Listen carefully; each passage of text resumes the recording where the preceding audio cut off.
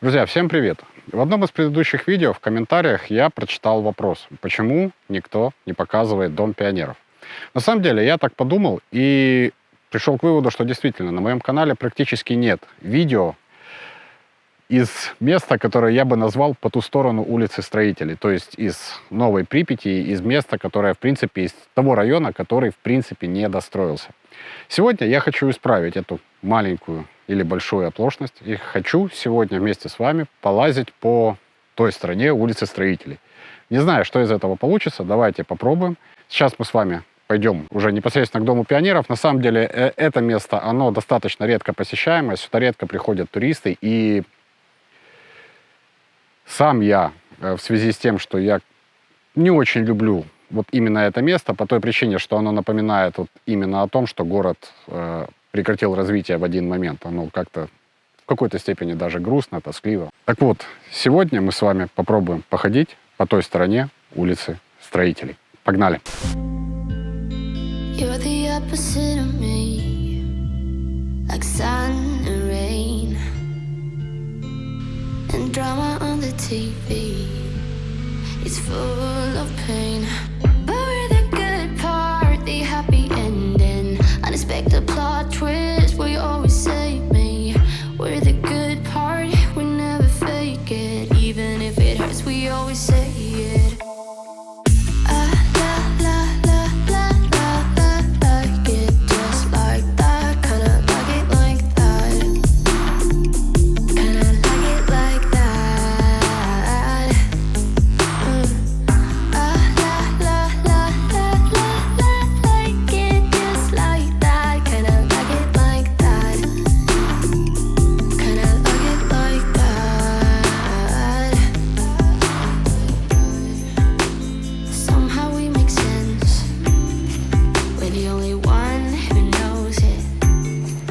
Ну что, друзья, вот, собственно, и он, недостроенный Дом пионеров.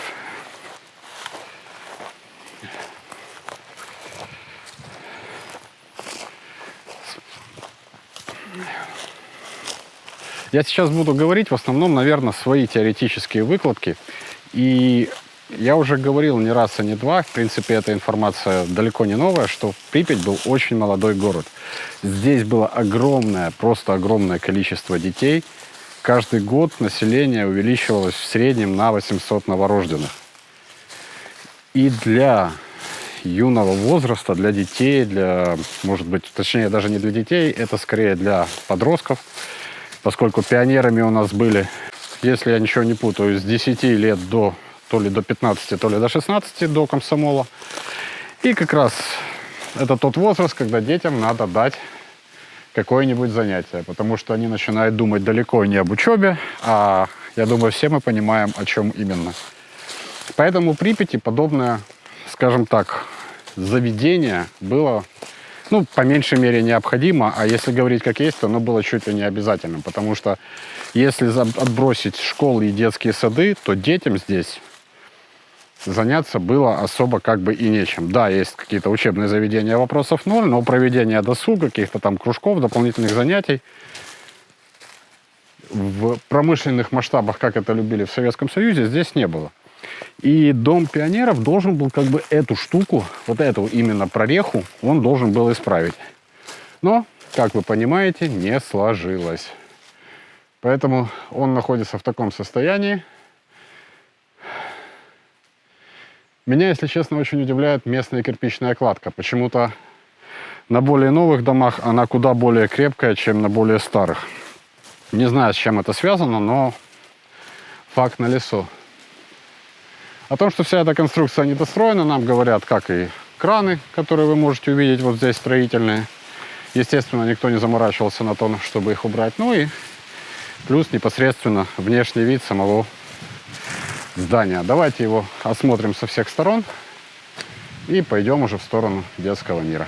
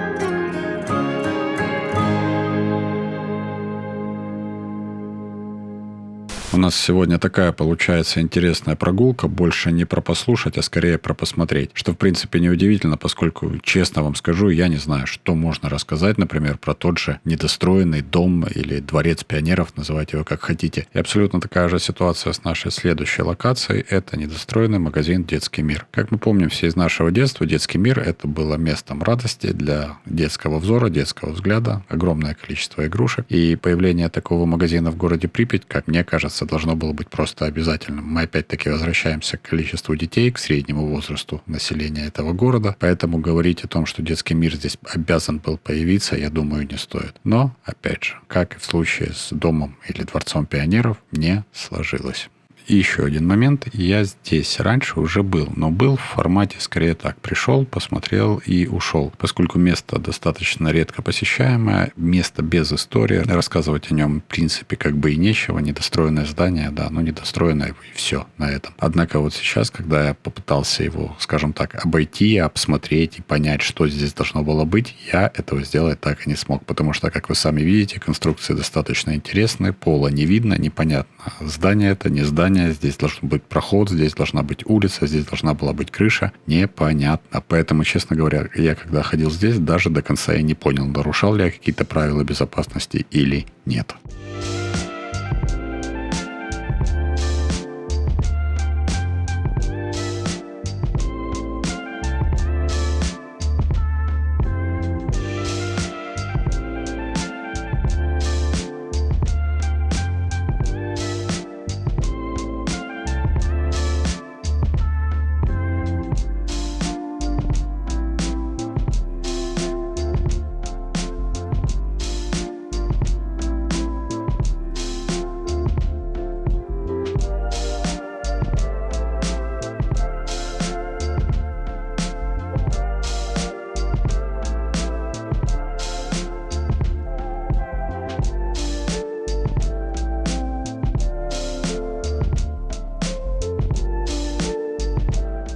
И последняя локация на сегодня, друзья, это детский сад номер 14 «Малыш». На некоторых картах он почему-то отображается как комплекс ясель, но на самом деле это далеко не так, потому что некоторые спортивные снаряды на детской площадке как бы намекают на то, что здесь были дети и постарше ясельного возраста. На самом деле я давно сюда хотел попасть, все никак не было оказии, но вот в этот раз, будучи возле детского мира, как бы грех было сюда не заглянуть. И скажу вам так, это, наверное, первая локация в городе, которая мне снаружи понравилась больше, чем изнутри. Не надо думать, что я начал нарушать все, что можно, и ходить по зданию, в принципе, было достаточно заглянуть в окна для того, чтобы понять, что там внутри происходит. Так вот, если изнутри это обычная, стандартная, типичная припятская картина, я имею в виду в плане того, что там происходит, в плане того, что там осталось, в плане сохрана, то снаружи это очень милая, симпатичная локация, потому что некоторые площадочки детские, некоторые места мне на самом деле очень и очень понравились. Безумно симпатично и очень даже мило. Дает возможность представить о том, что здесь было